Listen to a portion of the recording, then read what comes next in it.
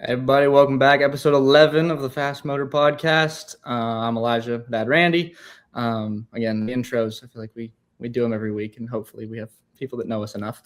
We're going to do a little different order this week. We have a very fun guest that we kind of teased on last week's episode where we were talking about Darlington Alumni Weekend, and we met Matt Weaver, who is in racing media, and we got to meet him in the pits, and I'll kind of recap what I said last week of I went up just to kind of share my appreciation of what he does and writes for the sport and how he made me really a fan of late model racing. Of course, being out west, there wasn't as much of it. And so I got to follow kind of like the Southeast stuff, Southern Super Series, and then with the ASA stuff.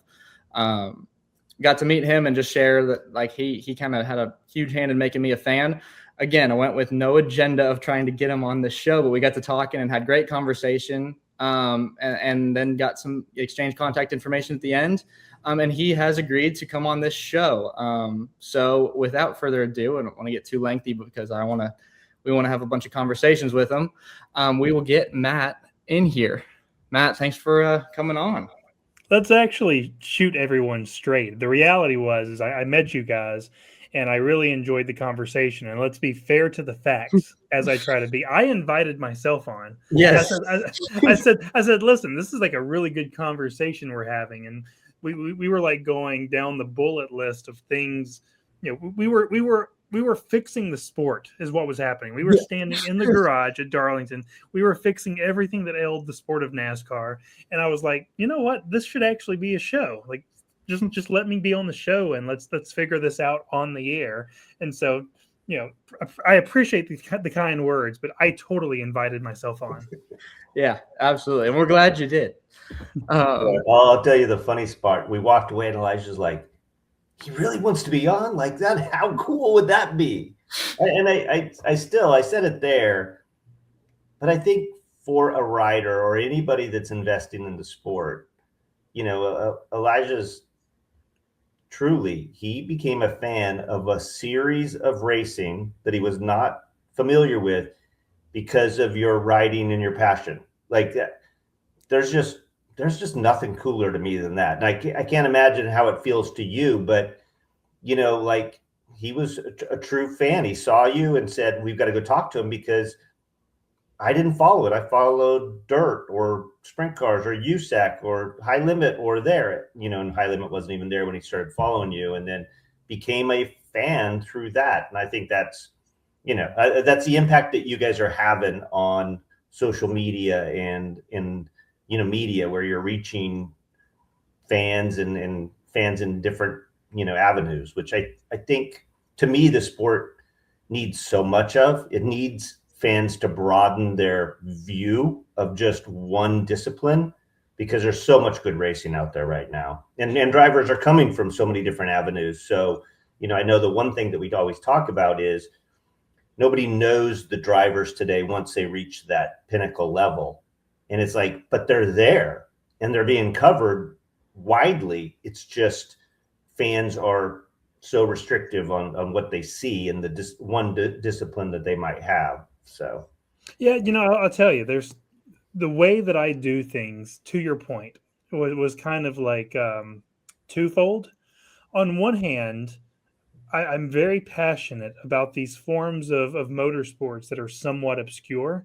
I grew up in the Alabama Gulf Coast in the shadow of the Snowball Derby, and that's kind of the beginning of my love affair of pavement short track racing is that I had a great home track in Mobile and had a ton of great events. We had the NASCAR All Pro, the Southeast Series, at the Snowball Derby every December. And I've always realized that there's kind of this, you know, content void and that I could kind of introduce the world to this thing that I care about and hopefully in a perfect world, and it seems like it's working, share that enthusiasm. But I will tell you, it was kind of self-serving and it was a very selfish endeavor too, because I learned something early on in my career is that when, gosh, this was like 2010, 2011, it was very obvious that Chase Elliott was going to be a cup driver. He had the pedigree. He had the work ethic. He had everything going for him. Mr. H believed in him, but he was running pro late models at our track back when I was doing PR early in my career at Mobile. And so I met a very young Chase Elliott, and I've had the great fortune to literally watch him develop as a 11, 12-year-old into a Cup Series champion and the guy that won the most recent Cup Series race. I've been there every step of the way, and that's given me a relationship with Chase. And I've got a similar story for, Eric Jones, for Christopher Bell, more recently Carson Hocevar and Corey Heim, doing the short track thing in addition to what I do on Sundays. They benefit the other, because when I walk through the Cup garage on a Sunday morning, I'll have Matt McCall, who's a competition director, but he's a late model guy, and he wants to talk to me about the race that I covered on Saturday. And then I get to ask him about things that are going on, over at their shop. And so one benefits the other in a very symbiotic, beneficial way, while I also get to share the passion that I have. And so I think there's just a lot of really good reasons for doing it the way that I do. Absolutely. Yeah. 100%. And then, so kind of what we usually do now, I'll kind of get into what we highlight some different forms of racing. And obviously there's too much for us to highlight. Dad and I kind of follow, or especially I do. I watch as much as I can on Flow. But I will kick off with our favorite track, Meridian Speedway in Meridian, Idaho. Dad grew up racing that. They had their season opener this week. So I'm just going to list off winners. Some phenomenal races going on. They stream on Speedcast. You get there and Magic Valley Speedway with that. And so they had the trucks, which are kind of like, they're kind of similar to like the Southeast Tour trucks and stuff like that. They call them they're the NASCAR Northwest Tour Truck Series. John Newhouse won both of those races. They had their mini stocks. Travis Pavlaki, who, quick funny story about him, I was a huge fan of his when I was a kid because I thought his last name was really fun to say. So Travis Pavlaki, he won the mini stocks. He's still rolling in the mini stocks, number 9. Street stocks were won by Jake Altman. Pepsi sprint cars, which are their non-wing crate sprint cars. Riley Rogers picked up kind of where he left off last year, getting a win. The modifieds, Rusty Hot got a win. Young up-and-comer hot shoe out there. And then the Hornets, Alana Tremmel, picked up the victory there. Some wild racing, some wild wrecks. You can find a way to get online and watch it. I know they posted some highlights on their socials, on Facebook and Instagram.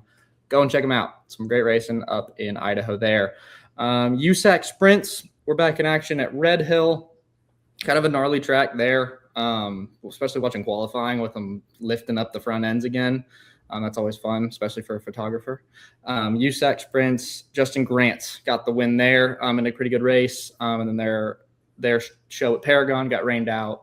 The Smart Modifieds were back in action at Dominion. Carson Lofton went flag to flag there.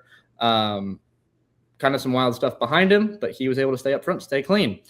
And then going on to the Rockingham stuff, Tristan McKee kind of dominated the ARCA race. Brown was coming at the end. He was challenging, but I mean, they were hooked up, and he was good, and he was kind of checked out. The trucks, Corey Heim fended off Honeycutt. An interesting kind of story there, which we can kind of touch on a little bit as we go forward with the team. A lot of people were upset about the teammate blocking Honeycutt, but it was Gray in front of him. To me, it looked like he just kind of held his line. Heim had the advantage on the bottom and was able to go. And then the O'Reilly race, Williams Walich, first career win for him.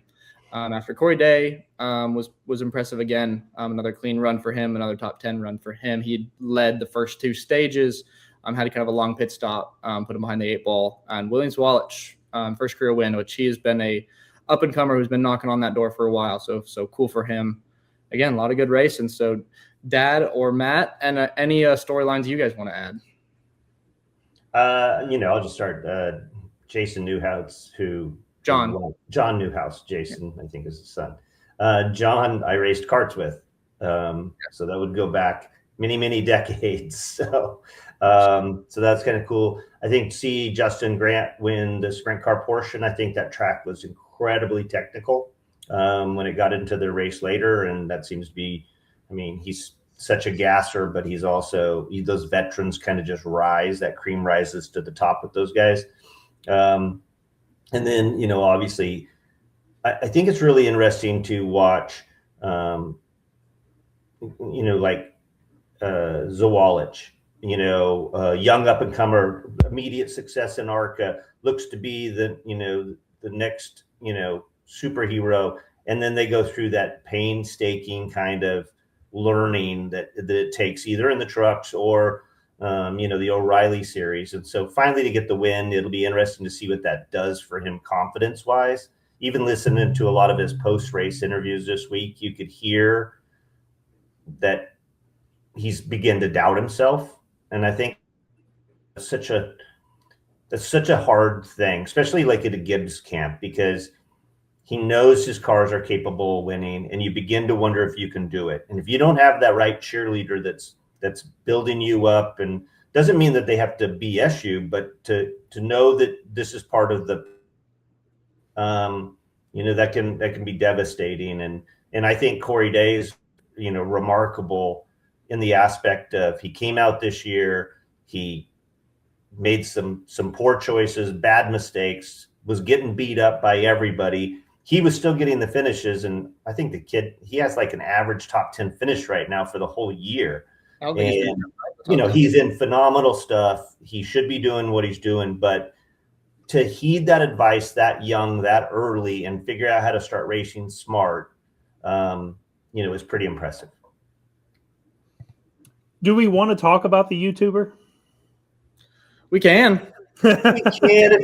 You know, it's so funny today because I was thinking about it and I thought, gosh, everybody's covering it, but it is a huge story. And it's, you know, I mean, he has more viewers following him than I think NASCAR has people who tune in. So how do you not embrace it?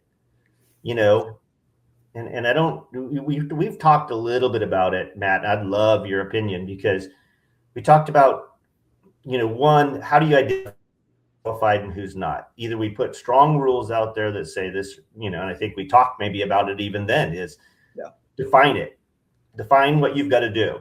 And, or how do you, I mean, I as a driver, when I came out here and kind of went into the normal workforce, the one thing everybody always talked about is having a driver's license, like for that stuff. And I'm like, well, you get your credential, but you didn't.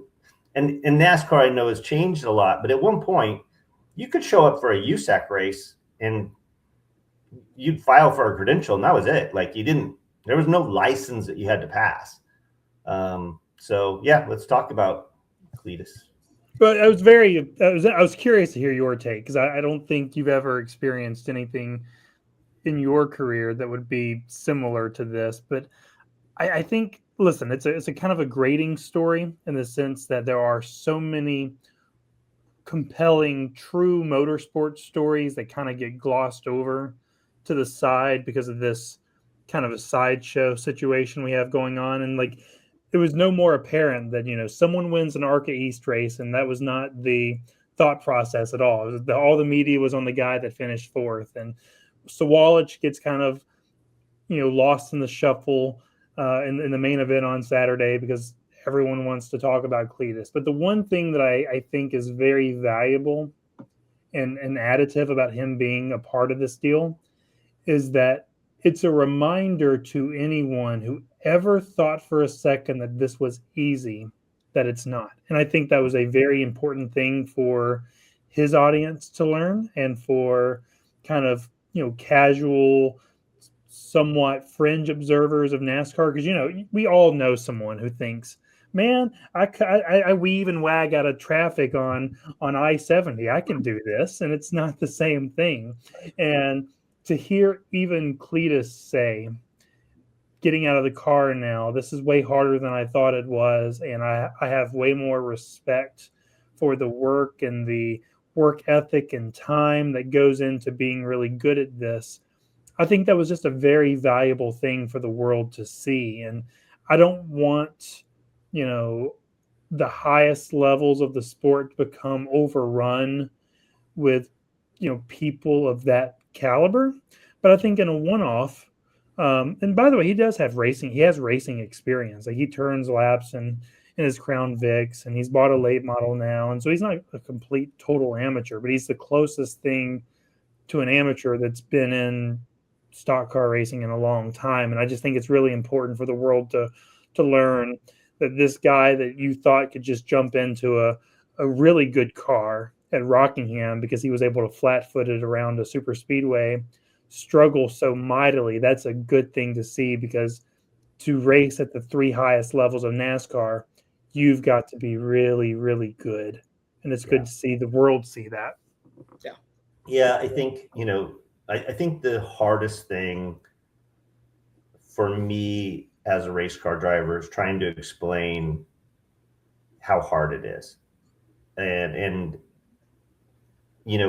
because everybody drives fast, like, oh, I drive fast, I'd be a great race car driver. Well, that's not any part of it. Just to be honest, driving fast down the straightaway is not hard. It's when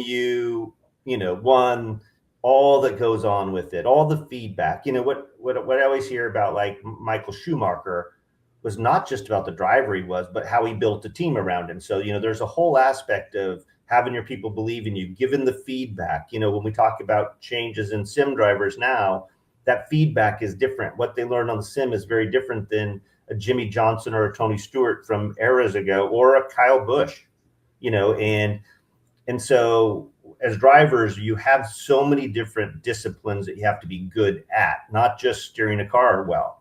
To me, I could care less what I raced. It really, people talk about, oh, I want this, I want this. I like the trucks because they were kind of unconventionally bulky and top heavy and big. So racing that thing, you had to figure out a way to make it fast. And as a driver, I liked figuring out how to find speed or manipulate my competitor to where I could pass them.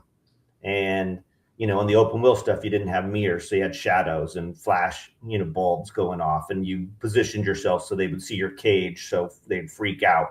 That was the mental game that I loved. So, to come in and drive Rockingham, which is a unique place to drive, you got to lift, a little bit early, back on the throttle hard to drive off.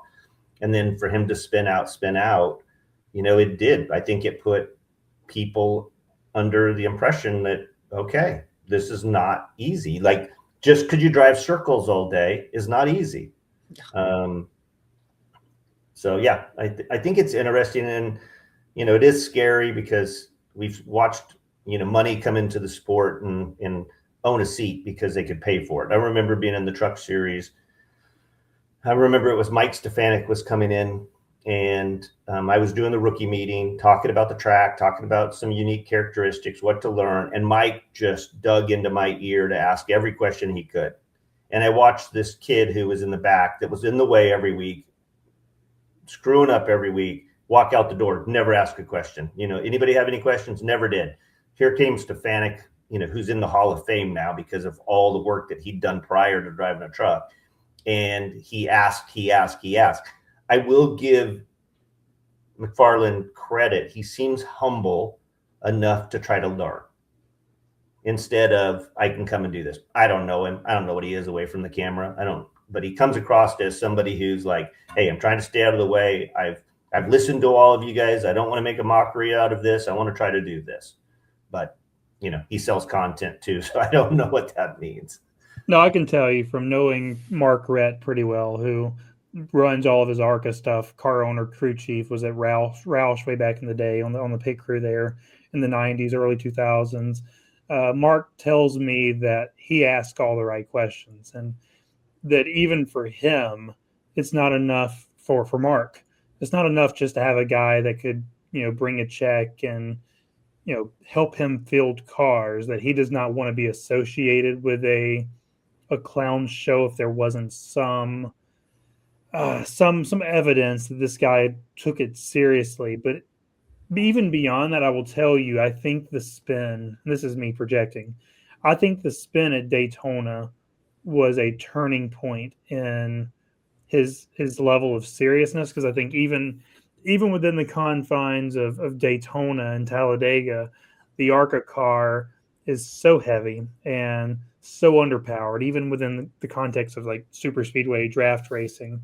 and you get up into the pack at, the Truck Series race, and how turbulent the area is, and the way that the balance shifts in traffic when someone gets on your quarter, they get on your door, and he had never experienced anything like that. It was so remarkable because I would always jump on their radio the year before, and he's doing all of his catchphrases, and he's being bombastic and silly. And he started the truck race like that too. He only lasted 7 laps. But then you listen to him on the radio for the next ARCA race, the next day, and he sounded suddenly like a race car driver. It's like his appreciation for what could go wrong and how real this is, drastically changed overnight. And there is a seriousness, even more so. It was always there, but it was like ratcheted up to the next level, and that was really comforting to see too. Nice.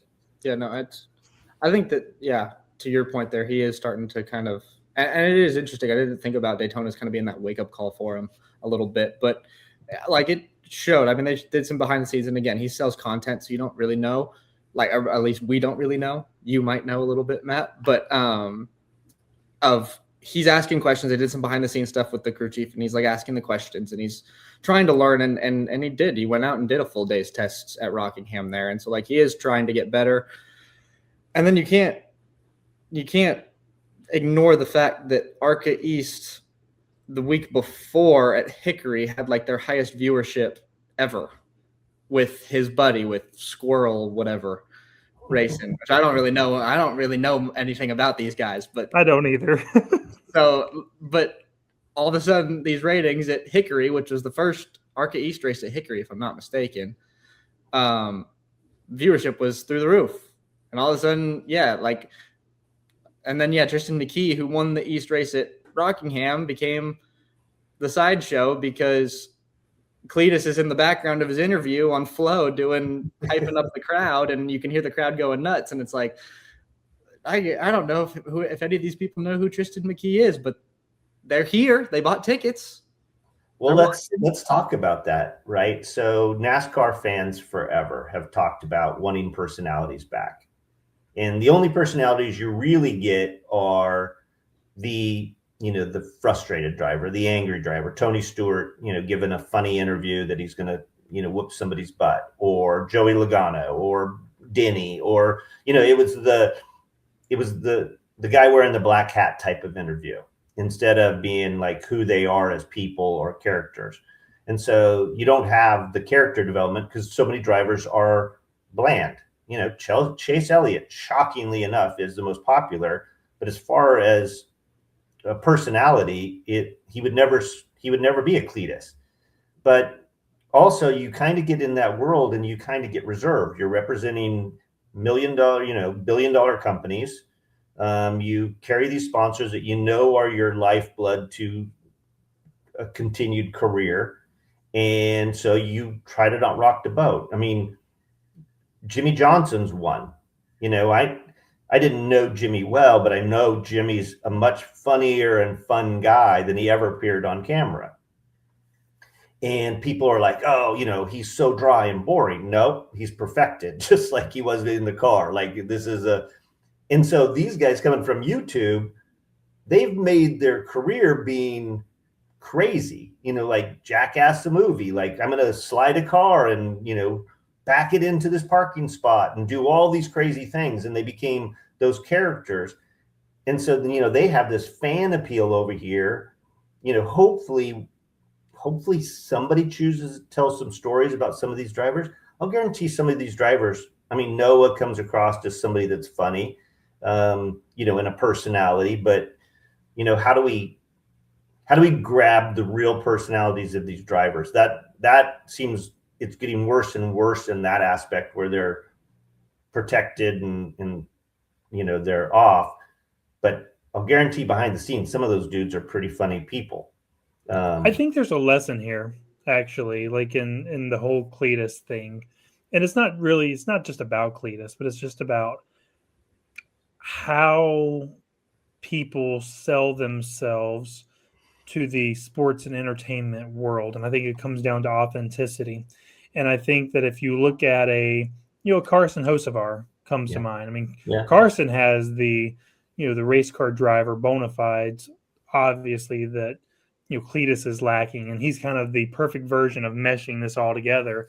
Is that people like or dislike, they got strong feelings, which is the key about a Carson Hocevar, because he is totally authentic. He lives his life in front of everyone. He's constantly on the Twitch streams, and he's constantly on iRacing, and there's pitfalls and perils of that. But there's also a ton of benefit. There's tons of benefits to constantly, mingling with people and being accessible in this modern digital way, that I think that, you can look at Cleetus and go, what has he learned about people and engagement and community that we could learn from? And I can tell you from talking to Danny Lawrence over at RCR, that was the entire reason they're doing this, is they've actually given him a contract. He's an employee beyond doing the race car stuff, because where this whole thing started is that Ty and Austin and Danny and RC and all the people over there got together one day and was like, we've got a good social media team here, but this guy is like the next level, and we need to understand just how to entertain people, how to connect with people in ways that he clearly knows, and we can teach him how to better be a race car driver. But I think the lesson here is that anyone, whether you're a truck driver, a O'Reilly Series driver, an up-and-coming late model driver, for you to be able to advance to the highest levels, it's not purely about your racecraft. It's not purely about the results and checkered flags. I think there's three things, right? And I don't think this is fundamentally changed from what Richard Petty had to learn to do. Mm-hmm. You've got to sell yourself to a boardroom. You've got to sell yourself to the fans, and you've got to be able to drive a race car. I think those are actually three things that are timeless. Richard Petty's success was, one, he was able to talk his way into the door at STP. And everyone tells the story about Richard, that he would sign, and still does. When I see Richard at the racetrack, God bless him, especially at his age, Richard does not stop signing, even at his current advanced age. He loves talking to fans and will sign for every single one of them, and he could drive the piss out of a race car. And I think when you merge those three things together, that's always been the key to success. What's changed is the mediums and the vehicles in which you connect with people. And for Richard, it was in person. For Darrell Waltrip, it was through radio and then TV, Jaws. And now for the likes of Carson and Cleetus, it's the internet. And so I don't think the game has changed, but certainly there's things to learn from influencer-minded race car drivers about how to connect with the audience, because that's how you find sponsorship and support. And if you're a good enough race car driver, that gives you a 30-year career at the highest levels. Yeah, that's an interesting thought. Because those YouTubers, those who have connected, especially with Cleetus, right? Like he's not a hot, beautiful girl that gets followers. Like he's got to be that funny guy that people have a way to connect with and tell that story. So that's a great way to look at it. It is a really good way. And it brings a positive around him for true race fans too, because there's a lot of like the old school hardcore race fans that are like, it's all a gimmick, it's a circus, and they're very upset about it. And I get it, but then you can kind of, like you just did, spin it in this other way of like, it's the same, and it also has positive upside to it on the back end. So, and by the way, like, there's things for me to learn. There's things for everyone on this show to learn. We all have goals in motorsports, and certainly I do. And that for me, it's not purely, can I write a good story, or can I sit in front of a camera and tell a good story? My ability to tell a story doesn't mean anything if I can't relate or connect with my audience. And I feel like that's something I've tried to do, and I put a lot of work into. I want to be relatable, and I want to be approachable. Not to say that I'm on the same level of relevance, but I think that it doesn't matter who you are or what you try to do in this space. You've got to connect with people. And we are in the entertainment business, and we are in the connect with human beings business. And I think it's really important for all of us who do something in this space not to lose sight of that. Yeah. 100%. I wanted to talk on this, and we're going to completely 180 flip topics, which I kind of hate to do because I like the way that I sabotaged the show. I'm sorry. No, hey, again, we're here to talk racing. Whatever racing is, we're here to talk racing. So, but leading up Cars Tour at Nashville this weekend, there's kind of that legal battle between the city and the racetrack and the fairgrounds and all of this jumbled up stuff that until we talked about it at Darlington, like, and I've tried to follow it very closely. Like, I had no really idea what was going on. I kind of knew from word of mouth.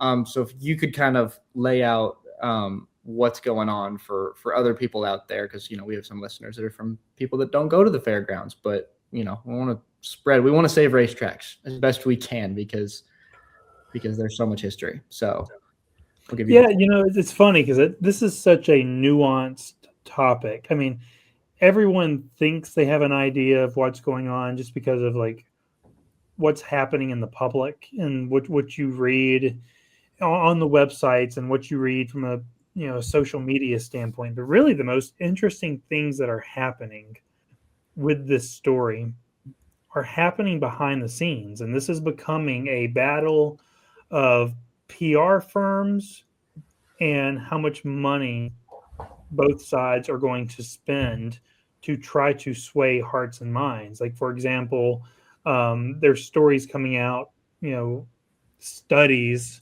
I'm not saying the studies are bad, but the studies are a byproduct of the money being poured into the public relations campaign.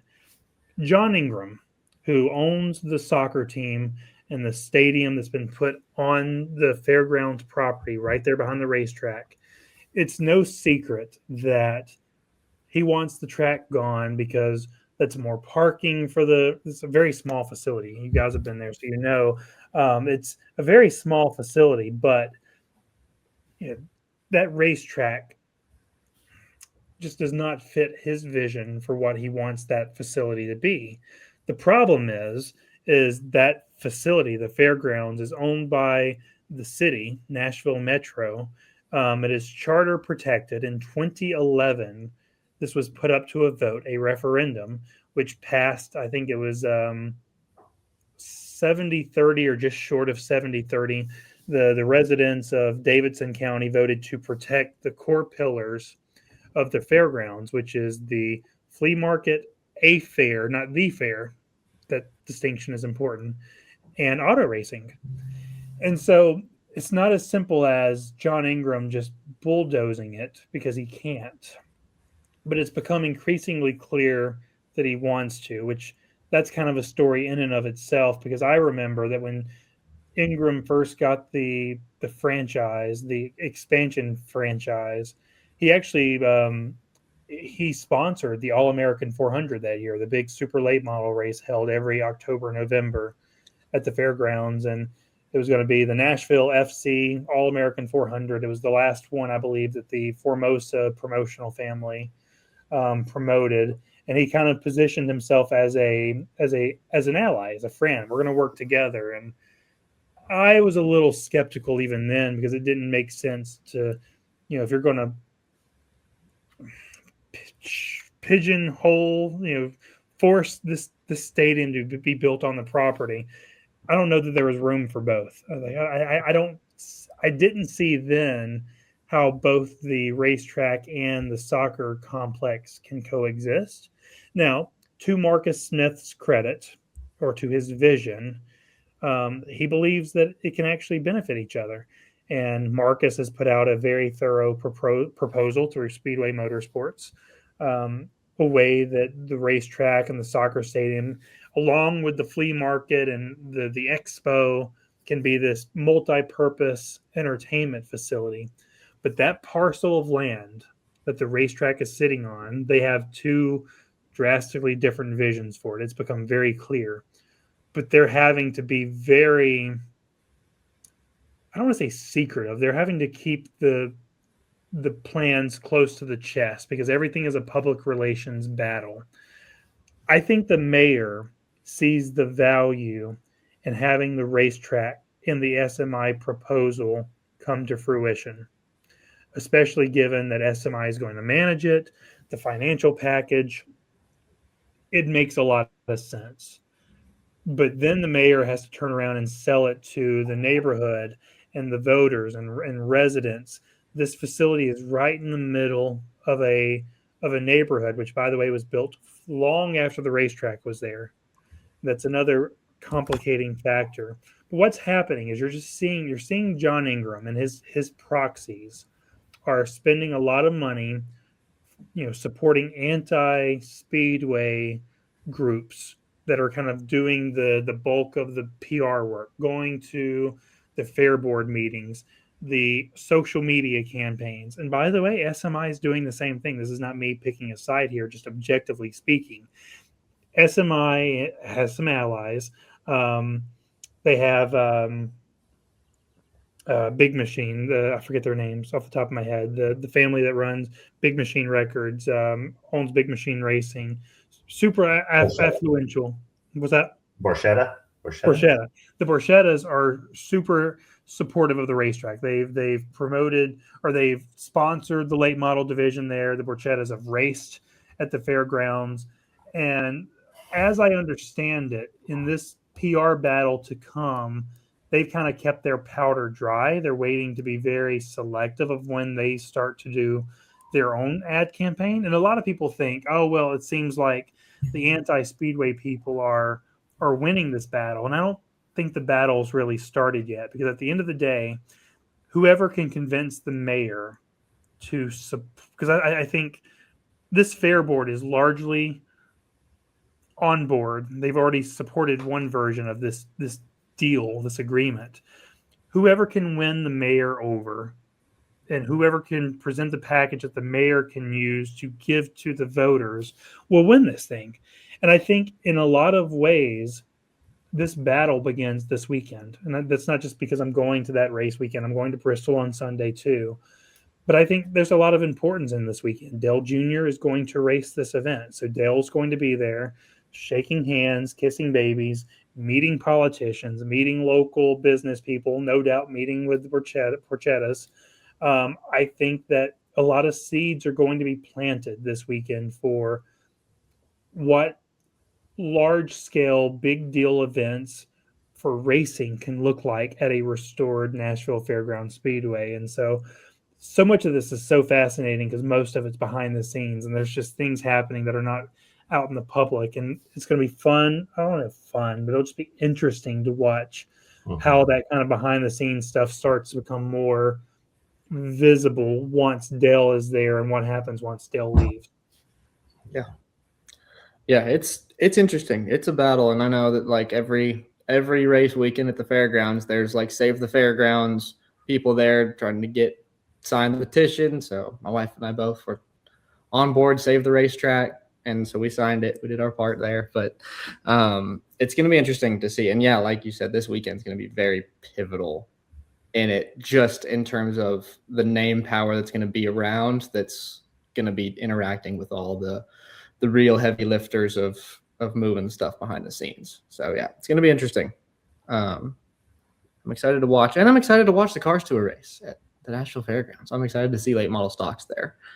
Yeah, I mean the modern late model stock has never turned a lap at Nashville. Now, granted, the late model stock car is kind of a derivative of the old late model Sportsman, and it's kind of the original late model, and that's what the Busch series became. So it's not a totally foreign concept of, truck arm late models racing there. But what we consider now the modern late model stock car has never raced there. And, they race fundamentally different than a straight rail super and pro late model. And after so many years of watching straight rail chassis cars race there, I'm very curious to see what that looks like. Like, what are the lines there? How do they race in traffic? And it's just going to be, they have a different body style too. Most of the straight rail teams have not adopted the new body style yet, the new 5-star body. All of the late model stock car teams have. I think they're mandated actually.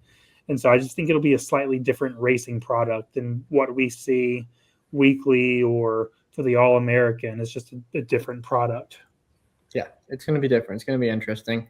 And then a storyline that kind of goes with that is Doug Barnes Jr., who was originally suspended for the race due to his incidents with Minnie Tyrell the week previously. And I wanted to ask you, because I thought, and I know I watched in the race at Wake County, he was the first one to make contact, and Minnie got him back, and then he got him back, and then Minnie got him back, and they went back and forth.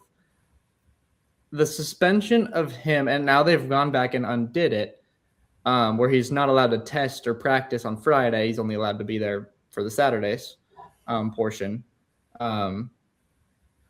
It seemed like kind of an unfair penalty, and I kind of wanted your take on that, because I don't know behind the scenes. It wasn't fair purely from a precedent standpoint. Now, I got into a couple of kind of online fights about this because I felt very strongly, and people are like, so you justify what he did, and it's not the same thing. I mean, to me, from an intellectually honest standpoint, Cars Tour has a precedence over the things they've established historically are worthy of a suspension, and I didn't see anything that met that. It was ugly and it was unfortunate. And it's messy and it's dramatic and it's good for business, but you don't want your series to be that every week either. And so, like, I appreciate and respect Cars Tour leadership wanting to send a message that says, hey, we don't like this and we don't want this to be what we're known for. We're not Bowman Gray. And I love Bowman Gray. Just Bowman Gray and Cars Tour serve two different food pyramid dietary options. I don't eat at the Cars Tour for the same reasons that I eat at Bowman Gray, as it were. But the escalating bump and runs are things that we've seen before. And ironically, and this was part of Doug's argument too, is that South Boston last year, Minnie Tyrell was involved in a back and forth bump and run exchange with Tristan McKee.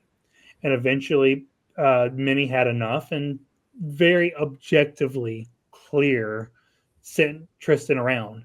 And from a racer standpoint, I don't blame Minnie. Like, enough was enough. And I think Minnie had been raced a certain way that he just drew a line in the sand. And Minnie did not get suspended for that. And so for the same thing to happen with Doug and Minnie, the only difference is that, and I think this is why Cars Tour got him, is Doug told me in my post-race interview that, yeah, I meant to hit him, but if I was trying to wreck him, it would have been way worse. He would have hit the wall. He says, I admit to wanting to knock him up into the third groove because I wanted him to lose 10 spots. And I think that was the thing that Cars Tour ultimately suspended him over. But again, I was like, that to me doesn't meet the precedents you've set in suspending him. And I also, just from a racing enthusiast standpoint, one, I've always been team let the garage police themselves. And I know that has a limit, that has a line. But in the case of Doug and Minnie, they exchanged bump and runs. Minnie monster trucked over the back of Doug, and Doug sent him around, not into the wall, but sent him around. And to me, that's just kind of the garage policing itself, in a way that I'm generally in favor of. And again, the precedents. So let's talk about that. Let's talk about the garage itself, because there's some things that are new, right? You used to police the garage because you were all the least of age. Now we have younger drivers that you can't discipline. And I've told the story on here before. Is out west there was Sleepy Trip, and Sleepy was a construction dude, an amazing driver, probably one of the most talented USAC midget drivers, in the history of the midgets. But he policed it his way for his reasons.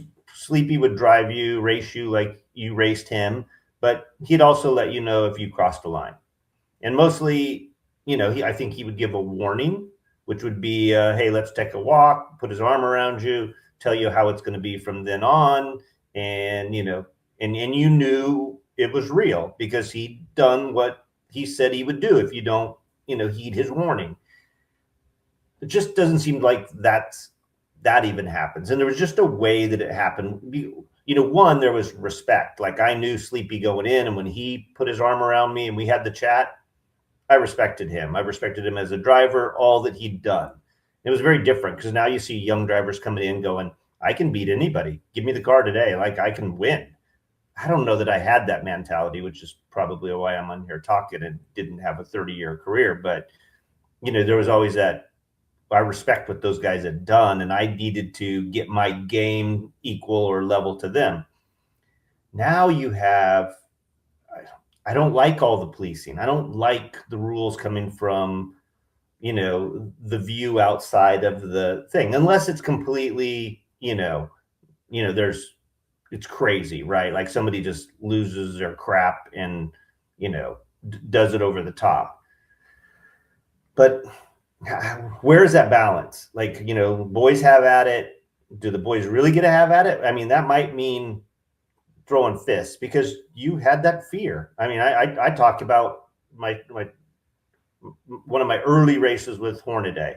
We were at Nashville Fairgrounds actually, and Ron was backing up. He was towards the end of the race. He didn't have a truck that was good, but Ron had a way of using a lot of racetrack if you were trying to get up there. And he was so dang talented with car control that even with a crappy truck that was, not handling, he could manhandle that thing in a way. And so I made a move. He blocked it. He ran me down tight. I couldn't make the pass clean, couldn't make it clean. And so I put my nose in there. We went down the front straightaway. I got to the inside. He came down on me, pinned me down. We stuck together and went just head on right up into turn one. And so we came down afterwards. He comes down to my truck, yelling and screaming. I'm still in the truck. They're just changing radiators. And I'm like, Ron, you win.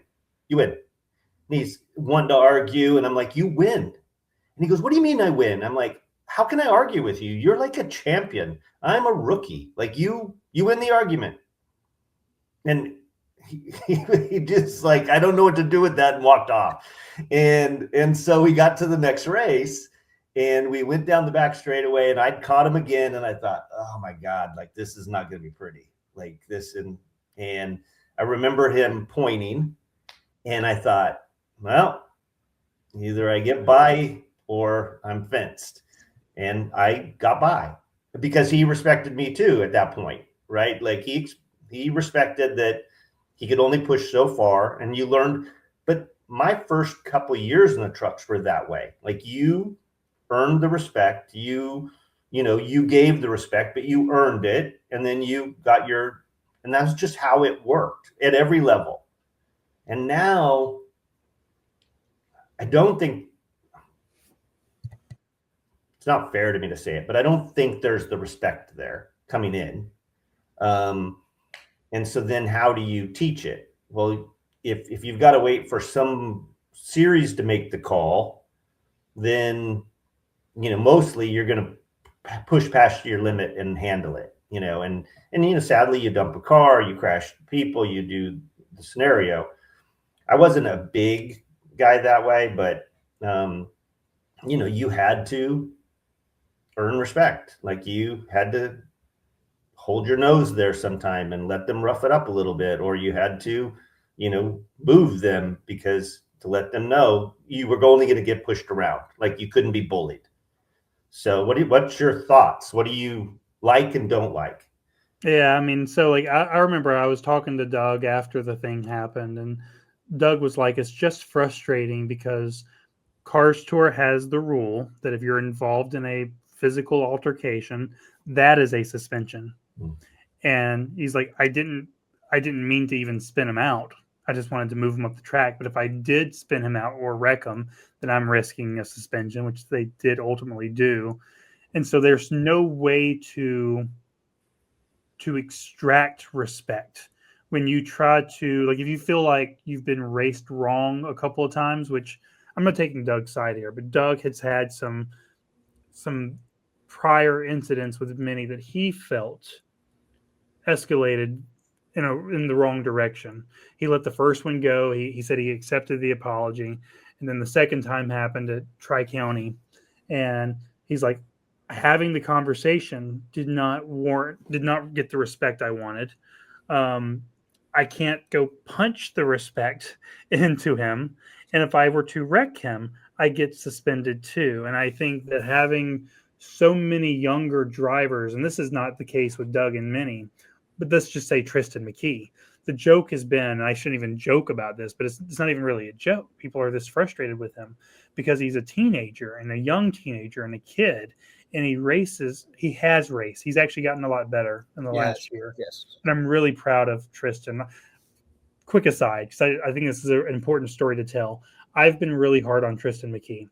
I felt like when he first started running late models, he had no appreciation or understanding of the work that goes into the cars. And it's such a cliche, and I hate to sound like old man yelling at clouds, but just no respect for the work that went into the race cars or even racecraft. And he was so hard on other people. And he had fast cars, and he wouldn't set up passes, and he would just crash people. And so the thing is like everyone would keep telling me, I can't wait till he turns 18 because I can't wait to go to that birthday party. First one in the door to have Adam. And at the Snowflake 100 this year, the Pro Late Model prelude to the Snowball Derby, he was racing Keelan Harvick for the win. And Keelan made a mistake on a restart, had the dominant car, but Tristan was able to get by, and he was never going to keep the lead. He wasn't going to keep the win. Keelan fell back to fourth, drove his way back towards the front. And I was thinking, oh, God, young Keelan, young Tristan who has a reputation of running through people. And, Tristan at that point on old tires, approaching Snowflake 125 now. So it's like lap 115, old tires, couldn't hold the bottom. And eventually Keelan was able to get there. And one, I thought, oh, he's just going to run him down the apron towards the wall. Didn't. Held him close. But then once Keelan got by, I'm like, okay, well, he's going to run deep into the corner, the next corner, and push him up the racetrack. Just followed in behind him and raced it out. And I felt, not that it's any of my business to tell him that I'm proud, but I've seen his whole story. And I walked up on the front stretch and I said, hey, man, I know you're disappointed to have not won that race, but I want you to know, at least from me, the way you ran that race, that is the best well-executed race you've run, and you've earned way more respect in finishing second than you would have if you won, and I want you to know that. And so that's just an aside to this kind of broader point about these younger drivers and how hard it is to get them to understand the notions of respect. Like, because in any other environment, you would have that arm around the shoulder conversation and just know, like, I'm serious. The next time it's not going to be a pleasant conversation. It would be the fight. You can't have the fights anymore. When it gets to the point to where you have to use the car to send your message, the sanctioning body gets into it. And so it's just unfortunate. All of it's unfortunate because of the way the younger driver situation, having race control, feel the need to want their show to look professional. I get it. It's just really hard in ways that previous generations, I imagine, never had, because it was way easier to get your point across, to have that respect earned in ways you can't get it now. Chili Bowl rules. Fight on the front stretch. Let only the drivers handle it. It's the greatest. Well, and Matt Ward has had a hard time trying to figure out the best way to do that there too, right? Like, yeah. Matt Ward's initial philosophy was fight it out on the ramp, cool, whatever. And then they reached the conclusion that, wait a second, this is not a good look. We're on flow racing now, and see these big brawls on the ramp. It's just not a good look either. So it's like, okay, well, don't fight at all. If you fight, you're ejected. And they tried that for 1 year, and that wasn't good. And so now the policy is, if you want to fight, go walk down on turn 3 the entire time.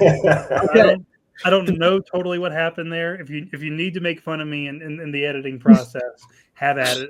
It was well deserved. I got this passionate there that I did like a slight fist on the table. I was like, yeah. And I think when I did the it did not go well. Yeah, you just froze, and I'm like, the well, moral, maybe the moral of the this is story our is don't moment. fire me up. It's going to go poorly. I think it's such a. I mean, because fans are screaming for it, right? They're screaming for that passion. Let's just go there. Like, fans want to see that real passion. They want to see somebody getting in the car after and saying, "Hey, this was not okay." Like, and I think that's good. And you're right. Like, but even how kids are brought up, right? Like Elijah played baseball at a very high level and through college, and you watched young guys protected their whole life. They were protected by mom and dad, so they'd switch them teams, or they would get the coach, or they would get a new coach, or they would do so kids not ever had to face adversity. And Elijah goes off to college, and players are getting in trouble by the coach, and they don't know how to deal with it because they've never had to deal with it. And I think it happens in racing. Do you think Tristan had the respect of Kevin Harvick when Keelan got in front of him? I think that he was probably a little nervous. And I'm guessing, without having talked to him about it, I think that he probably felt the same way too. It's like Kevin especially has seen the entirety of Tristan's career, because most of it has been in the Cars Tour. And I have no doubt that there was a part of him that was like, oh gosh, this is going to get messy.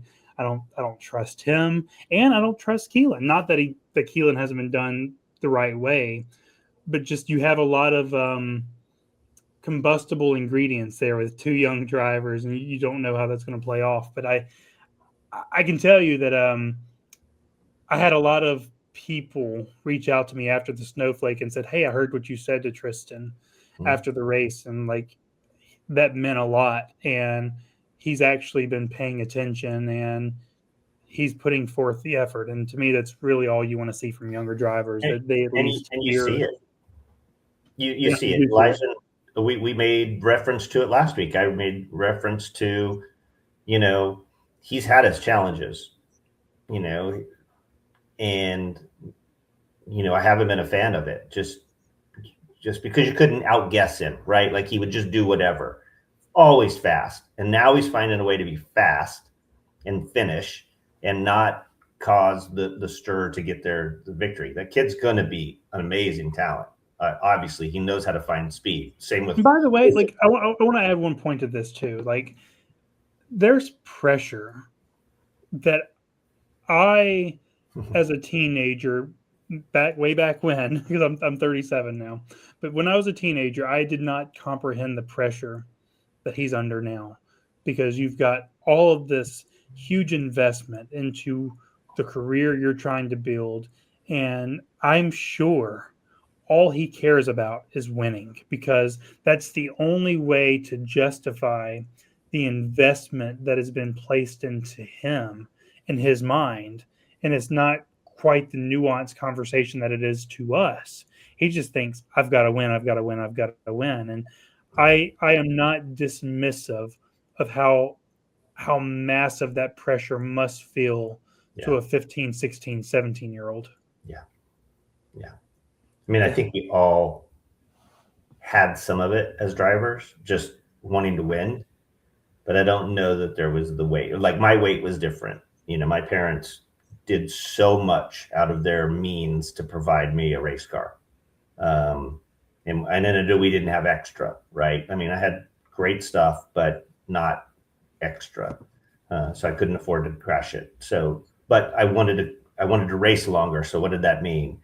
But to then add the sponsors on him, to add the notoriety, to know like he's affiliated with, a cup team, to like, man, that you're right. And I think we, as a sport, don't paint the true picture of what these guys go through. I know 2 years after I was done, my resting heart rate finally started coming down, because you lived in this pressure environment of succeeding, winning. I remember finishing third in a truck race, and I was like, well, we're moving on up. Like, we finally got a third. And he's like, I'm not paying you to finish third. You've got to figure out how to win. I pay to win. And it was the first time it ever dawned on me that my job was not all this other stuff. It was only one thing. He wanted to be in victory lane. And that's what he was spending his money on. And, we were an independent team. And, we did, but still, yeah, you're right. And at 15 years old, handling that is a lot.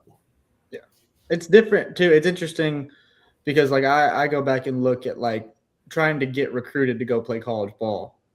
And that process is that pressure is so different because like I remember feeling kind of this immense pressure of like the next 4 years of my life are riding on my performance today. But where you have the racer of Tristan McKee is they've already made the investment and now he has to prove why he's worth the investment. Where I was trying to go and show that I would be worth the investment, he's already got it. So if he screws up, he's got the weight of they've already made this and there's so many young drivers that are the same way, that they have all this backing. Like even like look at like a Corey Day who has all these people in his corner. And that conversation with Mr. H that he had to go and listen to, and he's done a great job learning from, it's like, that's a lot that is already riding. They're not trying to just go out there and prove themselves. They're trying to prove that they're worth people being in their corner. Well, I'm sure I've never even thought of your stress sometimes, Elijah, when I think you had 35 scouts going to Arizona to watch you throw. Like you just had that. And you handled it so well. I don't know, as a parent, it ever drew on me. I was a nervous wreck. Like my stomach was in knots. And, you also feed off the energy of your parents and what's going on. And so there's a lot. But all these guys are going through it, not just the ones who are winning. Think about, drivers are in the truck series and maybe they've had a few moments of success, but it's kind of fallen back and they're just, they're falling out of that top 10 spot or in the O'Reilly series, and it's getting later in their career. And are they going to be able to continue to do this? Like, this is your dreams. This is every hope and dream you ever had as a young guy playing with your Hot Wheels that someday you'd be racing. And now you've made it. Now you've got the opportunity, but that dream's kind of slipping away too. And you're not in the best of equipment. You're probably driving harder than you've ever driven. And there's nobody around you that's helping you navigate some of that. I mean, I don't think we capture the stress part of the sport very well. I think you saw a little bit of it on the NASCAR, I don't know what it's called. It's not Drive to Survive, but the NASCAR version, and you're beginning to see some of these things because, Bubba's got to feel it, right? At times, here's your teammate out winning and you're trying to make it. And even though he's consistent running up front, I mean, and I don't mean that anybody's doing wrong not capturing. I just don't think it's a part of our sport because it's not just about even continuing to do your job. It's losing your job and probably the only thing you know how to do at this point now. It's also losing your dreams at 20 some years old or 30 some years old, and it's over. And then who am I and what do I do? I mean, I can tell you, I remember getting let go from the last team I drove for. And I was a scapegoat because they didn't want to tell the sponsor they're switching manufacturers and all of this. But no matter what, Elijah was 7 months. Tiffany was 7 months pregnant at the time. And I have to go back and say, I don't have a job. And I have no idea what I'm going to do the rest of my life. I have zero self-worth. I have zero understanding of who I am even as a person. All I ever wanted to do is drive a race car, and it's over. And I don't know that anybody can fathom that empty feeling. And so many of those guys in that garage are living with that every day. And that's where the passion people don't see. That's that raw emotion that people don't get to see, sadly. And I think the sport is made up of those people wanting to do it that bad. You've actually inspired me for a good story idea. I mean, especially when it comes to younger drivers, maybe find someone who didn't make it and, use their voice to illustrate what that was like when the dream died, but then use that story to segue to this current crop of young drivers, whether it's a Carson Brown or a Tristan McKee, and not everyone's going to have a seat at the table once you get to that final 36. That's what it is, right? 36 seats. Yeah. I've never thought of it that way either. And then you bring up how that's kind of an under-examined or under-told element of the sport. You're spot on. That's probably not a part of the narrative week in and week out that even people in my position spotlight enough on. All I can tell you is you're spot on. That's a very fascinating viewpoint that I had not even considered before. Yeah, it's real. It's the reality of it, that it's not the glitz and glamour, but it's the real people behind the sport. And I got to thankfully grow up with all the stories of the racing days. And as I've gotten older, like you've shared more about how it ended, and then there's a story in that of overcoming that too, because like you said, you had no idea what you were going to do, and you were a phenomenal father to me and raised me great. And there's a story in that bounce back, and it's just the reality. Like the passion that you can still speak about it with is incredible. And there's so many drivers like that. And that's why I love going to the races every weekend. And I watch every race that I can on Flow and Speedcast and all the other things, because I love the reality of the stories that I got to grow up hearing. I love to see them lived out in the new crop of racers.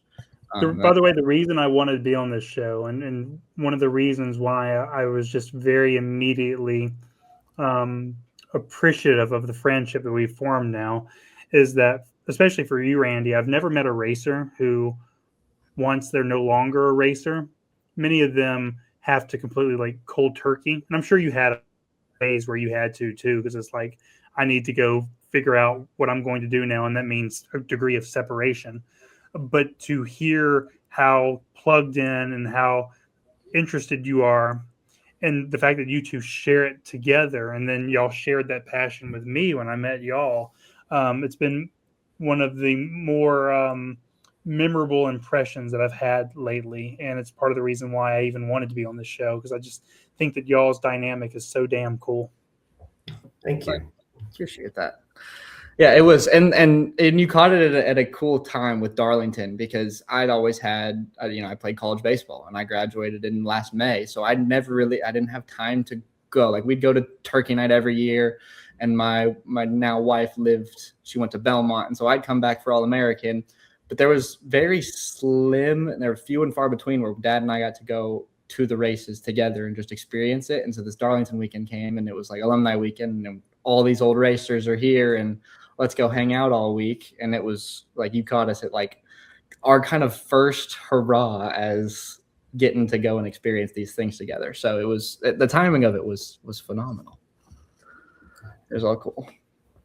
Yeah. So yeah, I mean, we're going long here, and I know we don't like to go horribly much longer than this. And either Dad or I say it, depending on who's the one talking at the moment, we got to have you back, because we barely scratched the surface of all the racing talk we can get into. And again, we started doing this because we talk racing all the time. And so we just wanted to talk racing with people who have very different perspectives. Like, last week we had the alumni weekend, and before that we had Charles Crawl, who's the announcer for the ARCA deal. And we've had Melissa Perkins, who is the Ultimate Sprint Car Series out west. And we had Peyton Hamlet, who runs String Bean, and he's running the new IHRA Stock Car Series. And we like to talk racing, and we like to hear different people from different backgrounds. So we absolutely real quick, Charlie Crawl is one of the 10 most helpful and influential people in my career, because when I first started traveling, and this would make a really good podcast episode in and of itself, I would drive everywhere in my 2003 Silverado. I would sleep in my truck.